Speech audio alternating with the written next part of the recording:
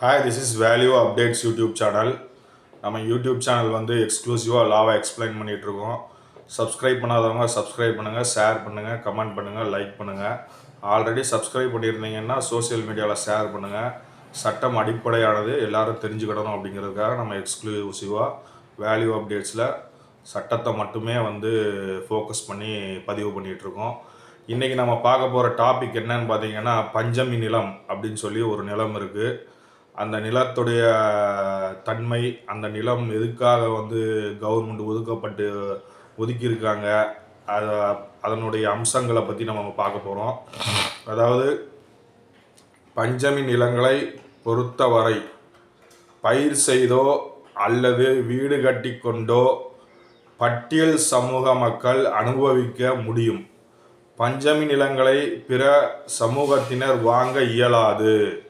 அப்படியே மாற்று சமூகத்தினர் ஆக்கிரமித்தாலும் வாங்கினாலும் அது செல்லாது என்பதுதான் சட்டமாகும். இதுதான் முக்கியமான ஒரு கருத்து. இதை நல்லா தெரிஞ்சுக்கோங்க. அடுத்தடுத்து நம்ம என்னென்ன பஞ்சமி நிலம் அப்படிங்கிறத பார்க்கலாம். நீங்கள் வாங்கும்போது நிலம் பஞ்சமி நிலம் என்பதை எப்படி அறிய முடியும்? எப்போதுமே இடம் வாங்க போகிறீர்கள் என்றால் முதலில் போக வேண்டிய இடம் கிராம நிர்வாக அலுவலகம் ஆகும். அங்கு தான் சம்பந்தப்பட்ட மனை அல்லது இடம் பதிவேடுகளை புத்தகங்களில் பதிவேற்றி வைத்திருப்பார்கள்.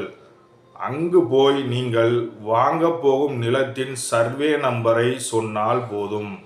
அந்த நிலம் கண்டிஷன் நிலமா, கிரயம் தடை செய்யப்பட்ட நிலமா, டிசி நிலமா, அதாவது பஞ்சமி, கல்லர் நிலமா, ஆதி திராவிடர் நிலமா, அல்லது எந்த மாதிரியான நிலம் என்று குறிப்புகள் இருக்கும். இப்படி குறிப்புகள் இருந்தால் எச்சரிக்கையாக செயல்பட முடியும். நிலம் யாருக்கு சொந்தம், வில்லங்கம் உள்ளதா என்பதை பார்க்க போகிறீர்கள் என்றால் அதற்கு முன்பு பார்க்க வேண்டியது நிலம் என்ன வகை என்பதைத்தான். அதே நேரம் கிராம நிர்வாக அலுவலகத்திற்கு, அதாவது விஏஓ, கிராம நிர்வாக அலுவலகத்திற்கு பதில் சம்பந்தப்பட்ட மனை உள்ள மாவட்ட ஆட்சியர் அலுவலகம் சென்று RSLR, resettlement land record, RSLR ஆவணத்தை பெற்றும் கவனிக்க முடியும்.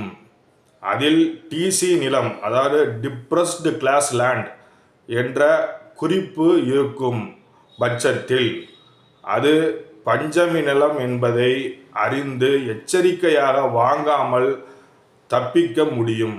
ரீசெட்டில்மெண்ட் லேண்ட் ரெக்கார்டு, RSLR என்றால் இப்போது பயன்பாட்டில் உள்ள பதிவேடான UTRக்கு, அதாவது அப்டேட் ரிஜிஸ்ட்ரி ஸ்கீம், UDR, முந்தைய பழைய கிராம கணக்கு ஆகும். இதில் தான் டிசி நிலமா இல்லையா என்பதை அறிய முடியும். நகர்பகுதிகள் மற்றும் புறநகர் பகுதிகளில் வாங்கிய அல்லது வாங்க விரும்பும் குறிப்பிட்ட மனை அல்லது நிலம் குறித்து சந்தேகம் எழும் நிலையில் பட்டா, சிட்டா, அடங்கல், பதிவேடு மற்றும் RSLR ஆகிய ஆவணங்களை கண்டிப்பாக பார்க்க வேண்டும். இதை பார்க்காமல் வாங்கினால் பின்னாளில் விற்க முடியாமல் வேதனைப்படும் நிலைக்கு உருவாகும். அதே நேரம் பஞ்சமி நிலங்களை ஆதி திராவிடர்கள் மட்டும் வாங்கி கொள்ள முடியும் என்கிறது நிலையும் உள்ளது. பஞ்சமி நிலங்களை பட்டியல் வகுப்பினத்திற்கு தவிர பிற வகுப்பினருக்கு விற்கவோ அல்லது குத்தகைக்கு விடவோ முடியாது என சென்னை உயர்நீதிமன்றம் 2012ஆம் ஆண்டு தீர்ப்பு அளித்துள்ளது.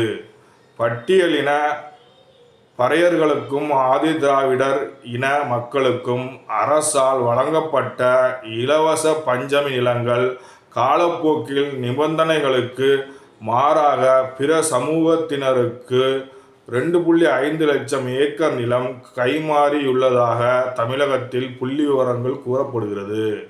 பஞ்சமி நிலங்கள் சட்டம் நிலமற்ற பட்டியல் இன ஏழை மக்களுக்கு வேளாண் விளைநிலங்களை ஒதுக்கி வழங்கும் சட்டம். இது 1892ஆம் ஆண்டு பிரிட்டிஷ் ஆட்சியின் போது தமிழ்நாட்டில் அமல்படுத்தப்பட்டது. பஞ்சமி நிலங்கள் சட்டத்தின் முக்கிய அம்சங்கள்: நிலமற்ற பட்டியலின ஏழை மக்களின் பொருளாதார முன்னேற்றத்திற்காக இந்த நிலங்கள் ஒதுக்கப்பட்டன.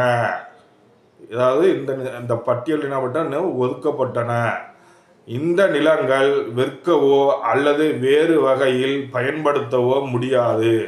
பட்டியலின மக்கள் இந்த நிலங்களில் பயிர் செய்து கொள்ளலாம் அல்லது வீடுகள் கட்டிக்கொள்ளலாம்.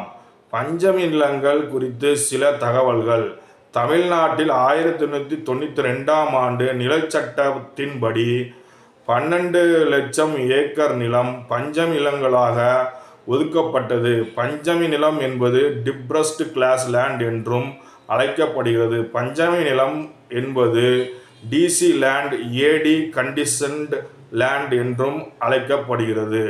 இதுதான் பஞ்சமி நிலத்தின் உடைய சார அம்சங்கள் ஆகும். அதாவது சுருக்கமாக சொல்லணும் அப்படின்னா, பஞ்சமி நிலம் அப்படிங்கிறது ஒரு வகுப்பினருக்காக, அதாவது ஆதி திராவிடர்கள், ஷெட்யூல் காஸ்ட்டு, இதே மாதிரி கீழ்த்தட்டு மக்களுக்காக ஒதுக்கப்பட்ட நிலம். அந்த நிலத்தில் அவங்க வீடு கட்டி கொள்ளலாம், விவசாயம் செய்து கொள்ளலாம், அவங்க அதை உரிமை கொண்டாடி அதை சொந்தமாக எடுத்துக்கொள்ளலாம், அல்லது அரசாங்கம் அவருக்கு கொடுக்கலாம். ஆனால் அந்த நிலத்தை அந்த மக்கள் வேறு ஒருவருக்கு விற்க முடியாது. அப்படி விற்றாலும் வாங்கியது செல்லுபடி ஆகாது. இதுதான் இதில் முக்கியமானது. அதனால் நீங்கள் ஒரு நிலம் வாங்கும்போது இதை பஞ்சமி நிலம் அப்படின்னு சொல்லி இருந்தது அப்படின்னா அந்த நிலத்தை வாங்கக்கூடாது. அது வாங்கினாலும் செல்லுபடியாகாது அப்படிங்கிறது தான் இந்த பஞ்சமி நிலத்துடைய கருத்தும் அம்சங்களும் ஆகும். நம்ம இதை ஒரு முக்கியமான விஷயம் அப்படிங்கிறனால பதிவு பண்ணுறோம். சப்ஸ்கிரைப் பண்ணாதவங்க சப்ஸ்கிரைப் பண்ணுங்கள், ஷேர் பண்ணுங்கள், கமெண்ட் பண்ணுங்கள், லைக் பண்ணுங்கள். நன்றி, வணக்கம்.